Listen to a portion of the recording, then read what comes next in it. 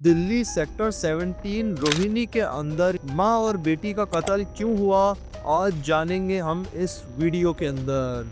तो कहानी शुरू होती है 30 अगस्त सैटरडे का दिन दोपहर के 3:50 पे कॉल आता है यहाँ पे पुलिस स्टेशन के अंदर, के मर्ग पुलिस स्टेशन के अंदर। और उस कॉल के अंदर जो है, जो बंदा यहाँ पे पुलिस से बात कर रहा था उसका नाम था मैग सेना। और मैग सेना जो है वो पुलिस को बताता है कि उसकी बहन और उसकी माँ की डेड बॉडी जो है वो उसको अपने घर पे मिली है। और पुलिस जो है वो वहाँ पर फौरन पहुँच जाती है इन्वेस्टिगेशन करने के लिए। और फिर जो है वो सारी कहानी पता लगती है पुलिस को।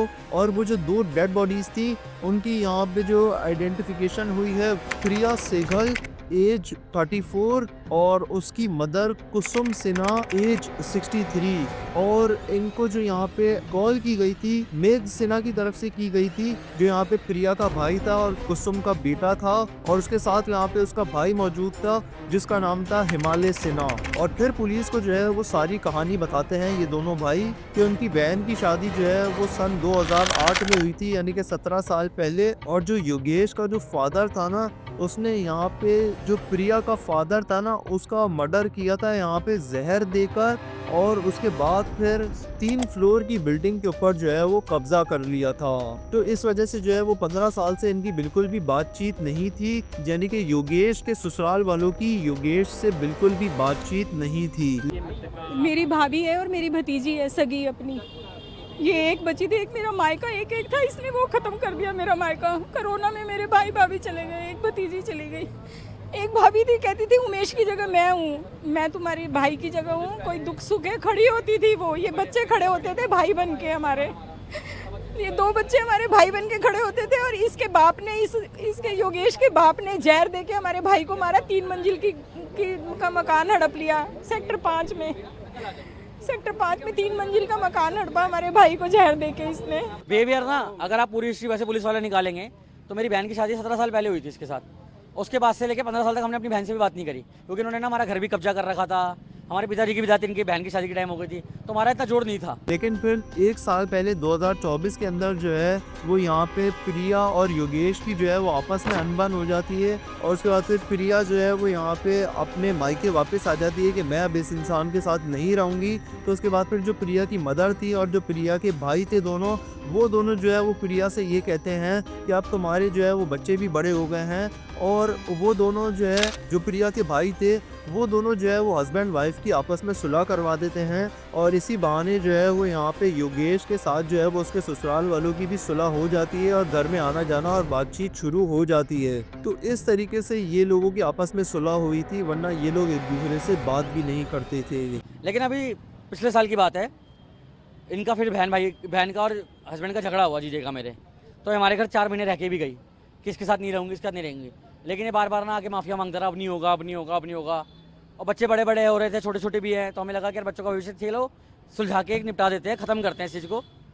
और उसके बाद बिहेवियर इसका गुस्सा रहता था ना, जैसे कि बहन पे रहता था। तो हमारा ये होता है ना एक चीज़ बंदे का ना, कि यार बहन भाई का जितना गुस्सा है, जितने कोई लड़ाई झगड़ा है सुलझा। लेकिन हमें इस चीज़ की ये था कि वो मार ही देगा, ऊपर से मेरी मम्मी को भी मारेगा, मेरी बहन को भी मारेगा।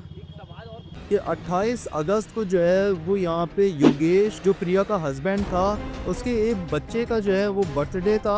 और बर्थडे एनिवर्सरी बनाने के लिए जो है, जो यहाँ पे प्रिया की जो मदर थी वो और उनके दोनों बेटे योगेश के घर पे आए थे बर्थडे सेलिब्रेट करने के लिए। और उसके बाद फिर यहाँ पे काफ़ी ज़्यादा थकान हो गई थी यहाँ पे मदर को। तो मदर जो है वो अपने दोनों बेटों से कहती हैं कि मैं जो है वो आज की रात यहीं रुकूंगी, मैं कल आऊँगी, आप दोनों चले जाओ। और उन दोनों बेटों को यहाँ पे जो है अगले दिन जॉब पे जाना था, तो इस वजह से जो है वो दोनों यहाँ पे अपने घर चले गए। और उसके बाद फिर जो है ना अगले दिन मेघ सिन्हा ने यहाँ पे अपनी मदर को फ़ोन किया कि क्या मैं आपको लेने आ जाऊँ।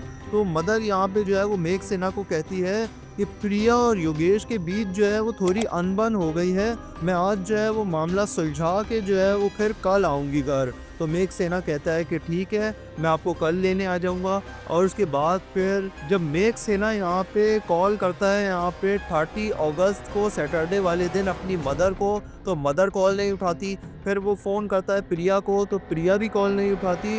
योगेश और उसके दोनों बच्चों को भी वो कॉल करता है, तो ये 5 के 5 पर्सन्स यहाँ पे कॉल नहीं उठाते हैं, जिसकी वजह से यहाँ पे जो मेघ सेना और जो हिमालय सेना थे वो दोनों यहाँ पे जो है वो वरीड हो जाते हैं। और ये दोनों जब यहाँ पे घर पे पहुँचते हैं तो दरवाजे के पास इनको जो है वो कुछ खून पड़ा हुआ नज़र आता है। और उसके बाद फिर ये लोग जो है वो हथौड़े से ताला तोड़ते हैं, तो अंदर जो है वो इनको 2 डेड बॉडीज मिलती हैं, अपनी मदर की और अपनी बहन प्रिया की। मदर के जो है वो गले पे जो है वो सीजर से वार करके जो है वो का कत्ल किया गया था, और पेट पे भी जो है वो वार किया था। और इसी तरीके से ही जो है वो प्रिया को भी जो है वो बहुत सारे वार किए थे, कि जिसकी वजह से इन दोनों का ब्लड बहुत ज़्यादा बह जाने की वजह से जो है वो इनकी डेथ हो गई थी। और ये दोनों मर्डर करने के बाद जो यहाँ पे योगेश था वो यहाँ पे पुलिस स्टेशन आया है अपने बच्चों को लेकर, और पुलिस स्टेशन में उसने ये कहा है कि मेरी जो सास है और जो मेरी वाइफ है उन दोनों के बीच जो है वो झगड़ा हो रहा है, और मेरी सास जो है वो मुझे भी मारती है। ये कहकर वो वहाँ से जो है वो फरार हो गया था।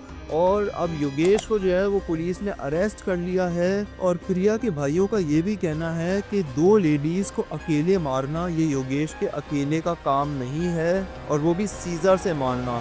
चलो अगर गन से मारा होता तो समझ में आता कि पहले एक को गोली मार दी उसके बाद दूसरी को गोली मार दी, लेकिन सीजर से जो है वो मारना ये एक अकेले बंदे के बस की बात नहीं है। ये यहाँ पे जो है वो प्रिया के भाइयों का कहना है। तो योगेश के साथ यहाँ पे जो भी इन्वॉल्व है इस मर्डर के अंदर, इस क्राइम के अंदर, तो उसे भी इन्वेस्टिगेट करना चाहिए। और इन्वेस्टिगेशन करने के बाद जो योगेश के साथ जो भी इन्वॉल्व है उसे भी यहाँ पे सख्त से सख्त सज़ा होनी चाहिए। इनको यहाँ पे फांसी पे लटका देना चाहिए, या फिर इनको जो है वो लाइफ टाइम सेंटेंस हो जानी चाहिए, ताकि आइंदा आने वाले कल में कोई भी हस्बैंड जो है वो अपनी वाइफ का मर्डर करने से पहले 100 बार सोचे। और एक हस्बैंड का क्या रिएक्शन था जब उसको पता लगा कि उसकी वाइफ जो है वो किलर है, क्रिमिनल है, वो देखने के लिए आप जो है वो ये वाली वीडियो देख सकते हैं। यहाँ पे क्लिक करके सब्सक्राइब करें ताकि ऐसे ही क्राइम स्टोरीज की इन्वेस्टिगेशन जो है वो आपको इस चैनल के ऊपर मिलती रहे।